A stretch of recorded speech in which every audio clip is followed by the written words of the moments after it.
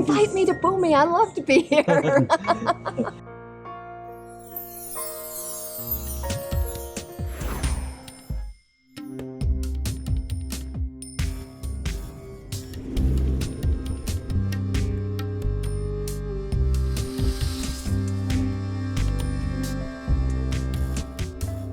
We are facing some unbelievably horrific challenges in the world, right? That are of our own human making. Our job is not to just go telling other people what's wrong with what they're doing. It's really my primary responsibility as a teacher educator has been to find ways to help me and my students to see how it's in us. We're born into this culture. We're constantly internalizing all its messages, seeing how it works and recognizing that those are not inevitable ways of thinking is the first task, right? Once you begin to take the blinders off and see how our culture actually works, how an industrialized culture works that calls itself democratic but isn't, then you can begin to ask questions differently, right? You become different. But the aftermath of that is kind of like, oh my God, like they come in day after day and they'll say, oh my God, I heard this thing on television last night. I never would have heard. I'm hearing individualism all over the place. I'm hearing mechanistic worldviews all over the place now. What can we do? It's everywhere. It's so powerful. It's overwhelming. So I say to them, look, love is the answer. Corny as that sounds, love is the answer. So what does that mean on a day-to-day level? It means like teaming up together, right? It means recognizing each other's strengths. It means sympathetic joy, which is like celebrating each other's accomplishments, right? That's how we create community. It has to happen that way. I mean, engage in skills that are about making connections and doing work together that matters, growing gardens, creating healthy spaces. Look at this place. This is the result of love. Bhoomi College and the school, a vision of love, right? There's a story that my friend Derek tells where he went to hear the great philosopher Ivan Illich speak.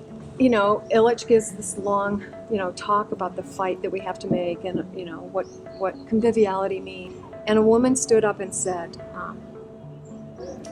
yes, all of this is absolutely important, but I don't know how you stand it. How do you do it day after day? It's painful work. It's so painful to face the problems that we have. And Illich stood there and he thought and he thought and he thought. And then he gestured to a man who was sitting in the front row. And the man, he said, come up here. And he put his arm around him. And he looked at the audience and at that woman and he said, friendship. That's the key. And it is. It's about making relationships with other people who care, right? And then doing the work that needs to be done with those people. This can't happen on our own. It can't happen as individuals. It has to happen collectively. And the only way to make it a collective process is to make connections with people.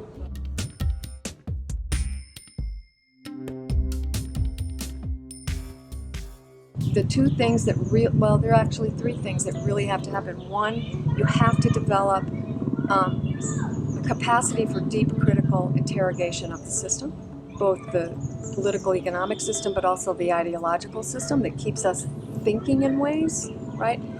You have to be able to point out alternative values. They're not even alternative. They're existing values that we carry that are more about reproducing a living world that's sustainable and just and loving. And then the other thing is that you have to cultivate imagination, right? I mean, that's a difficult thing, but I think cultivating imagination, both in terms of what's going wrong right now, like what we're seeing that is absolute craziness, and what we're doing on a day-to-day level that's better than that, right? That we could grow. Our ancestors' wisdom. My mother taught me so much as a child, and I didn't really recognize the value of that until I was an adult. And while she lay dying, I tried to thank her.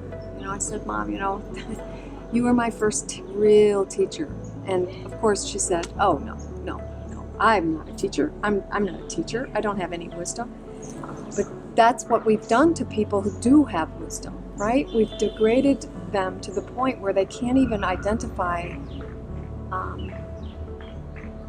the deep values that they hold that they've also passed on.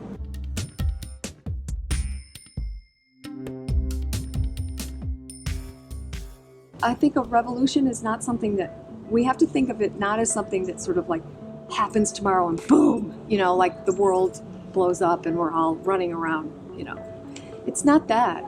The revolution happens on the ground, right? With all of the work that's being done to shift the way we think, the way we see, and to resist being told that the corporate economy is the only thing, right? It's really about shifting the way we think, and that takes place like this, right? And with these beautiful moments where people are coming together to shift. This example here, I'm blown away by this. It's really beautiful.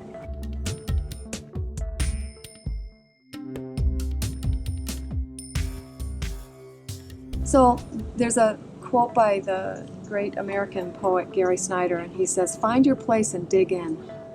Right? So yeah, come here and learn and engage principles and engage with each other and learn about what it means to build a community together, but then take those skills to your place, right? And dig in, stay there. I think one of the biggest problems in the American, maybe further, the industrial education system is that it encourages us to leave home. Right? It encourages us to leave and then go off and make something of ourselves, and we're constantly moving. You cannot learn a place and be kind to a place and be responsible to a place if you're not there. One of my absolute favorite authors and teachers is Wendell Berry. He's an American farmer, conservationist, novelist, poet. And that's been a primary message that he has promoted over the many, probably 60 years of his writing career, that capitalism and the industrial economy presses us to leave, right? And to be hyper separated from each other and from the land. The earth can't sustain that, right? That encourages all kinds of disruption. So find your place and dig in. That's what I would say.